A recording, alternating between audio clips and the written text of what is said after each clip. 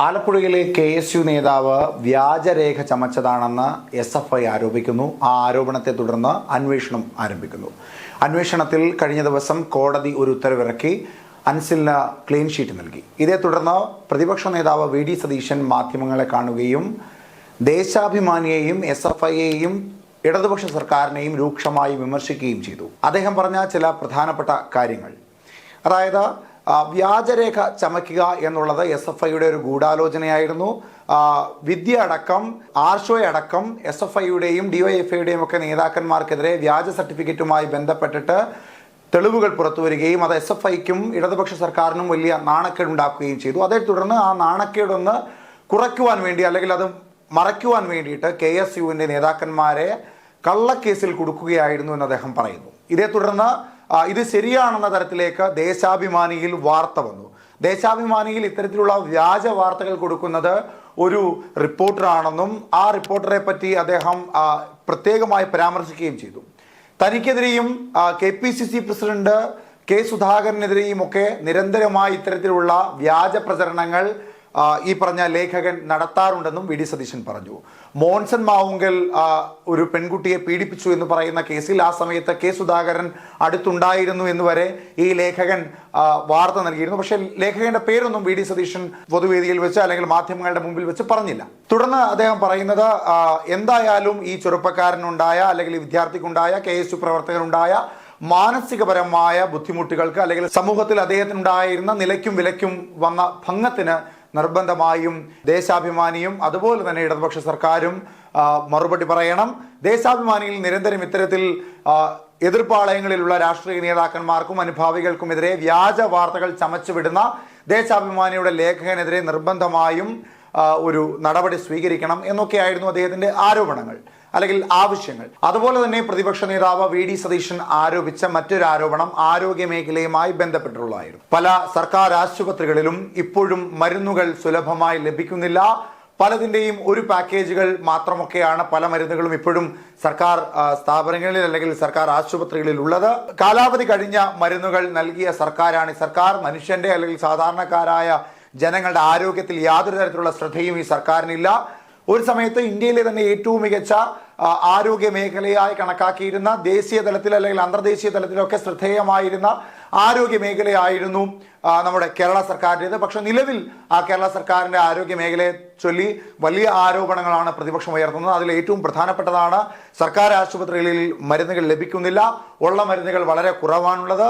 അതുപോലെ തന്നെ കാലാവധി കഴിഞ്ഞ കത്തിച്ചു കളയേണ്ട പഴകിയ മരുന്നുകളാണ് നിലവിൽ സർക്കാർ നൽകുന്നത് എന്ന ആരോപണങ്ങൾ പറയുന്നു. അതിനോടൊപ്പം തന്നെ VD സതീശൻ പറയുന്ന മറ്റൊരു പ്രധാനപ്പെട്ട കാര്യം എന്ന് പറയുന്നത് മരുന്നുകൾ ലഭ്യമാകാത്തതിൻ്റെ കാരണങ്ങളാണ്. അതിൽ ഏറ്റവും പ്രധാനപ്പെട്ടത് അല്ലെങ്കിൽ അതിൻ്റെ കാതലായ കാരണം എന്നത് സ്വകാര്യ കമ്പനികൾ സർക്കാർ ആശുപത്രികളിലേക്ക് മരുന്നുകൾ നൽകുന്ന സ്വകാര്യ കമ്പനികളിലേക്ക് കോടിക്കണക്കിന് രൂപയാണ് നൽകുവാനുള്ളത്. ആ നൽകുവാനുള്ള കുടിശ്ശിക തുക നൽകാത്തത് കൊണ്ട് അവർ സർക്കാരിലേക്ക് പണം നൽകുന്നില്ല.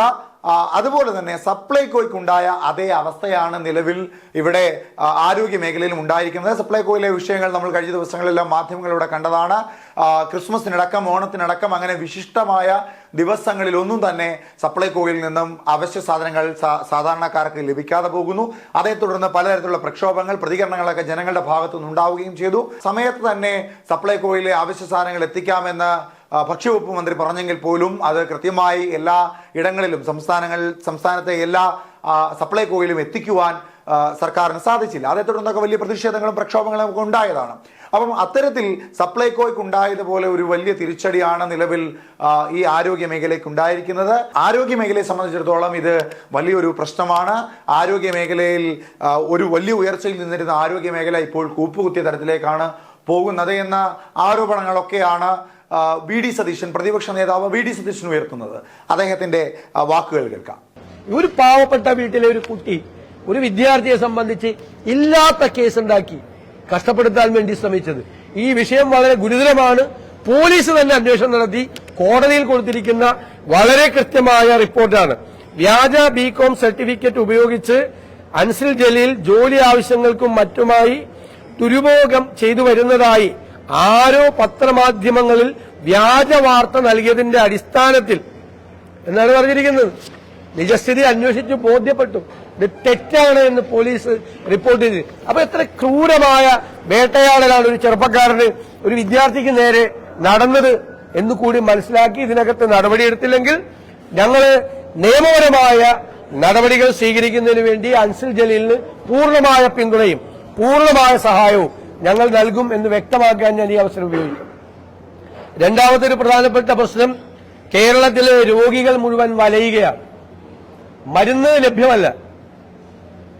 ആശുപത്രികളിൽ, സർക്കാർ ആശുപത്രികളിൽ മരുന്നുകൾ ലഭ്യമല്ല. സർക്കാർ ആശുപത്രികളിൽ 75% മരുന്നുകളും ഇല്ല. ഈ മരുന്നുകൾ പുറത്തേക്ക് എഴുതി കൊടുക്കുകയാണ്. കാരണം കേരള മെഡിക്കൽ സർവീസസ് കോർപ്പറേഷൻ ആശുപത്രികളുടെ ഇന്റന്റുകൾ അനുസരിച്ചുള്ള മരുന്നുകൾ വിതരണം നടത്തുന്നില്ല. കാരണം മെഡിക്കൽ സർവീസസ് കോർപ്പറേഷൻ മരുന്നുകൾ കൊടുത്ത സ്വകാര്യ കമ്പനികൾക്ക് കോടിക്കണക്കിന് രൂപ പണം കൊടുക്കാറുണ്ട്. ആ പണം കൊടുക്കാത്തത് കൊണ്ട് ഈ KMCSL മരുന്ന് വിതരണം ചെയ്യുന്ന കമ്പനികൾ മരുന്ന് കൊടുക്കുന്നില്ല. പല മരുന്നിന്റെ ഒരു ബാച്ച് മാത്രമേ ഉള്ളൂ. ഈ ഒരു ബാച്ച് മാത്രം ലഭ്യമാകുന്നത് കൊണ്ട് മരുന്നിന്റെ സ്വാഭാവികമായ ഗുണനിലവാര പരിശോധന സംസ്ഥാനത്ത് നടക്കുന്നില്ല. ഇത് വ്യാജ കാലാവധി കഴിഞ്ഞ മരുന്നുകൾ വിതരണം നടത്തിയ സംസ്ഥാന സർക്കാരാണിത്. മഹാമാരിയുടെ കാലത്ത് കാലാവധി കഴിഞ്ഞ, കത്തിച്ചു കളയേണ്ട മരുന്നുകൾ, കാലാവധി കഴിഞ്ഞ മരുന്നുകൾ വിതരണം നടത്തിയെന്ന് C&AG റിപ്പോർട്ടിലുള്ള സർക്കാരും മെഡിക്കൽ സർവീസസ് കോർപ്പറേഷനുമാണ് കേരളത്തിലുള്ളത്. അപ്പോ ഗുണനിലവാര പരിശോധന പോലും ഇല്ലാതെയാണ് ഇപ്പൊ മരുന്ന് വിതരണം നടത്തുന്നത്. കാരണം ചെറിയ ബാച്ചാണ് വരുന്നത്, മരുന്ന് ആവശ്യത്തിനില്ല. മന്ത്രി പറഞ്ഞത് എല്ലായിടത്തും മരുന്നുണ്ടെന്നാണ്. ആശുപത്രികളിൽ 75% മരുന്നില്ല. കാരണം മരുന്ന് വിതരണം നടത്താൻ പറ്റുന്നില്ല.